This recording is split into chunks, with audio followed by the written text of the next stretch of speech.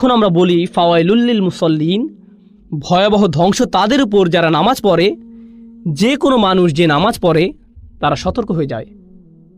যে কোনো ব্যক্তি যে নামাজ পড়ে সে চিন্তায় পড়ে যায়, এটা কি আমাকে বলা হচ্ছে? এই আয়াত প্রত্যেক মানুষ যারা নামাজ পড়ে আতঙ্কিত হওয়ার জন্য যথেষ্ট। আর আপনারা হয়তো জানেন না, ক্লাসিক্যাল সেন্সে যখন নামাজের কথা বলা হয় তখন সেটা শুধু মুসলিমদের নামাজকে বোঝায় না, এটা সকল প্রার্থনাকে বোঝায়। আর যদি মুসলিমও হয়, আল্লাহ বলছেন মুসল্লিন, আল্লাহ বলছেন না আল কাফিরিন আল মুনাফিকিন, সেভাবে উল্লেখ সহজেই বোঝা যেত। আল্লাহ বলছেন মুসল্লিন। এশার সালাতটাতে আমরাই মুসল্লিন ছিলাম, মানে অবশ্যই আমাদেরকেও আতঙ্কে থাকতে হবে যখন আমরা এই আয়াতটা শুনব। এবং আল্লাহ যে এখানে থেমে গেছেন, এই আয়াতে কন্টিনিউ না করে লিয়াদ্দাব্বারু আয়াতিহি, যাতে তারা তার আয়াত নিয়ে ভাবনা চিন্তা করতে পারে। আমরা জানি এবং আমাদের শেখানো হয় যে এই আয়াতে আমরা থেমে যেতে পারবো না। নামাজে এই আয়াত তেলাওয়াত করলে আমাদের এটা পরবর্তী আয়াতের সাথে মিলিয়ে পড়ে যেতে হবে যাতে অর্থ পরিপূর্ণ হয়। কিন্তু এটাও সত্য যে আয়াতটি আল্লাহ এখানে শেষ করছেন এবং নিশ্চয়ই সেটাতে উপকারিতা আছে। আর সেটা হচ্ছে, ভালো করে ভেবে নাও এর পরের আয়াত আমাকে নিয়েও হতে পারে, কারণ আমিও মুসল্লি, আমিও তাদের একজন যারা নামাজ পড়ে। এবং এখানে তাফসীরের আলোচনা শুরু হয় এই আয়াত কি মুনাফিকদের নিয়ে আলোচনা করছে কিনা, যারা কপটতার জন্য পরিচিত। আল্লাহ আমাদেরকে এমন হওয়া থেকে রক্ষা করুন। আচ্ছা, প্রথম মূল সমস্যাটা যেটা হয় যখন আমরা এই আয়াতগুলো আলাদা আলাদা গ্রুপ বিবেচনা করি, সেটা হচ্ছে এই আয়াতগুলোর সাথে আগের আয়াতগুলোর কানেকশন। ইমাম রাজি রাহমাহুল্লাহ বলেছেন তার তাফসীরে কাবীরে, তিনি বলছেন আল্লাহর সৃষ্টিকে কষ্ট দেয়া এবং তাদের ক্ষুদ্র থেকে ক্ষুদ্র সেবাদান থেকে দূরে থাকা, যেটাকে আসলে সেবা বলা যায় না, তাদের নিজেদের অধিকার, এটাই হচ্ছে সৃষ্টির বিরুদ্ধে করা অপরাধ। আর যখন আপনি সৃষ্টির সাথে অন্যায় করছেন তখন এটা স্বাভাবিক যে সময়ের সাথে সাথে আপনি সৃষ্টিকর্তার সাথেও একই কাজ করবেন, অর্থাৎ তার ব্যক্তিত্বের অপর অংশ এখান থেকে বোঝা যাচ্ছে। এটা হচ্ছে মানুষদের অধিকারের লঙ্ঘন। একটা হচ্ছে মানুষদের অধিকারের লঙ্ঘন, আর একটা হচ্ছে সৃষ্টিকর্তার অধিকারের লঙ্ঘন। আর আপনি সৃষ্টিকর্তার সাথে এমন করছেন যেটা শুধু তখনই সম্ভব যখন আপনার প্রার্থনা শুরু থেকেই অন্তঃসার শূন্য। এটা হচ্ছে আরেকটা ফলাফল যা এখান থেকে বোঝা যায়। এরকমই যদি হয় আপনার ব্যবহার গরিব দুঃখীদের সাথে, তাহলে বুঝে নিন যে আপনি হচ্ছেন সবচাইতে খারাপ মুসল্লিদের একজন। আপনার নামাজ দ্বারা কোনো ফায়দা নেই এভাবে হলে, এর থেকে ভালো কিছুই আশা করা যায় না। শুধু এটুকু বলা যায় যে আপনি হয়তো ভালো কার্ডিওভাস্কুলার এক্সারসাইজ করছেন। ক্বালা আলাইসা ইন্নাস সালাতা তানহা আনিল ফাহশাই ওয়াল মুনকার, আল্লাহ বলছেন এটা কি এমন হওয়ার কথা না যে নামাজ তোমাদেরকে অশ্লীলতা ও পাপ কাজ থেকে দূরে রাখবে? এই সূরাটি কি অন্যায় পাপ কাজের বিবরণ দিয়ে শুরু হয়নি? এগুলো নিঃসন্দেহে পাপাচার। কিভাবে এই মানুষজন যারা মুসল্লিন, এখানে এমনকি আল্লাহ তাআলা আল্লাযী ইউসাল্লুন, যারা নামাজ পড়ে, এভাবে বলেননি, বলেছেন আল মুসল্লিন, যারা সব সময় নামাজ পড়ে, অর্থাৎ নামাজে সর্বদাই উপস্থিত থাকে। আর এটাও লক্ষ্য করুন, এখানে এক বচন থেকে বহু বচনে চলে যাওয়া হচ্ছে।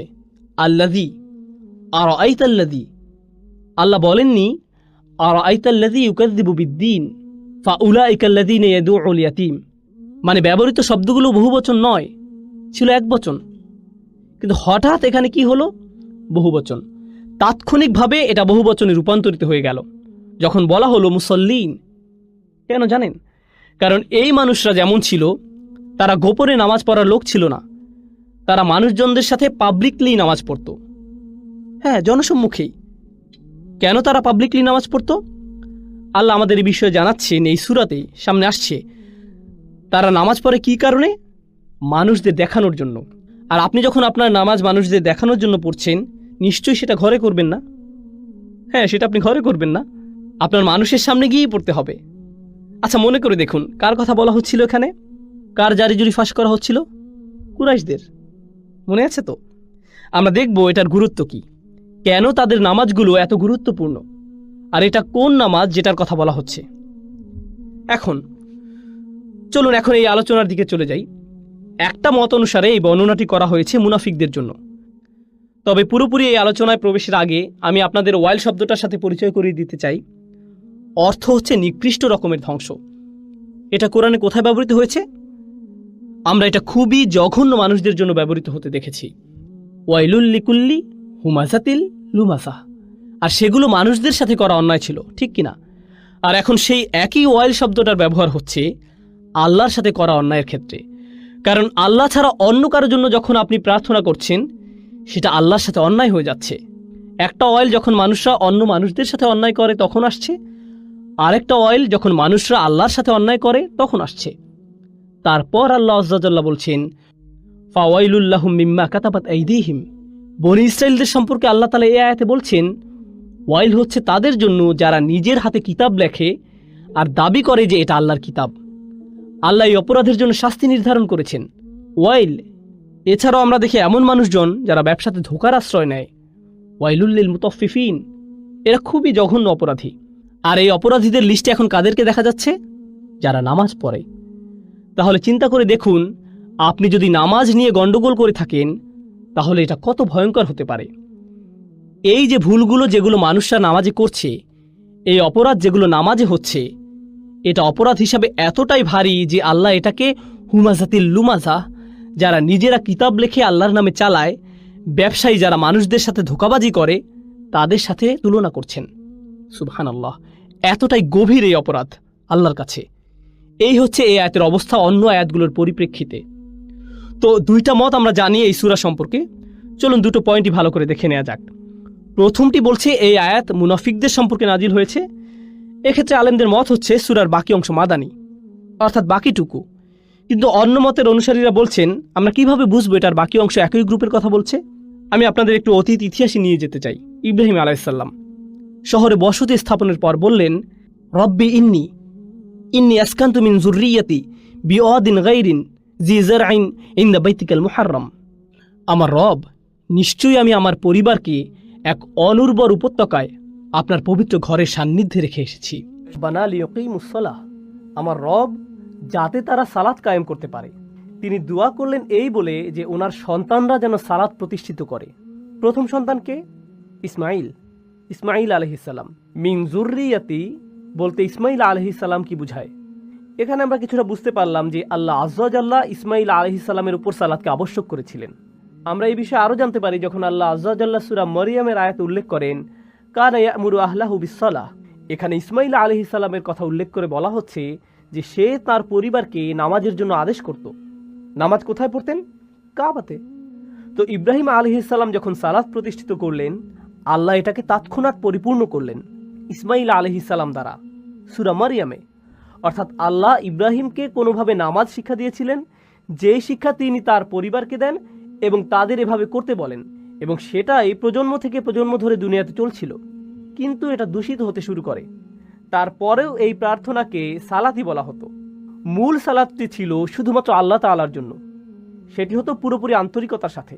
কিন্তু সেই একই সালাত যেটা তোমাদের দেয়া হলো সম্মানের সাথে, যা কিনা ছিল তোমাদের পিতা ইব্রাহিমের দোয়ারই ফসল, এবং তারপর তার অধীন ইসমাইল আলাইহিস সালাম যিনি তার পরিবারকে সালাতের জন্য বললেন, তোমরা এই সালাতকে, এই চমৎকার ইবাদতটিকে এতই নোংরা বানিয়ে নিয়েছো যে তোমাদের প্রাপ্য এখন সর্বোচ্চ পর্যায়ে ধ্বংস ব্যতীত কিছুই হতে পারে না।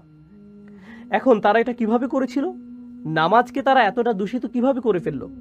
আল্লাহ আযজা ওয়াজাল্লা এটার ব্যাখ্যা করেছেন, আল্লাযীনা হুম আন সালাতিহিম সাহুন। সাহু আপনারা জানেন, সিজদা সাহু, এই টার্মটি নিশ্চয়ই শুনেছেন আপনারা আগে। সাহু শব্দটি আরবিতে বোঝায় গুরুত্ব না দেওয়ার কারণে কোনো কিছুকে ভুলে যাওয়া। কিছু ভুলে যাওয়া কারণ আপনার কাছে সেটার গুরুত্ব কম, অন্য কোনো বিষয় আপনার মনের মধ্যে ছিল এবং আপনি কম গুরুত্ব প্রদানের কারণে সেটি ভুলে গেছেন, আপনি সেটাকে পাশ কাটিয়ে চলে গেছেন। এটাকে বলা হয় সাহু।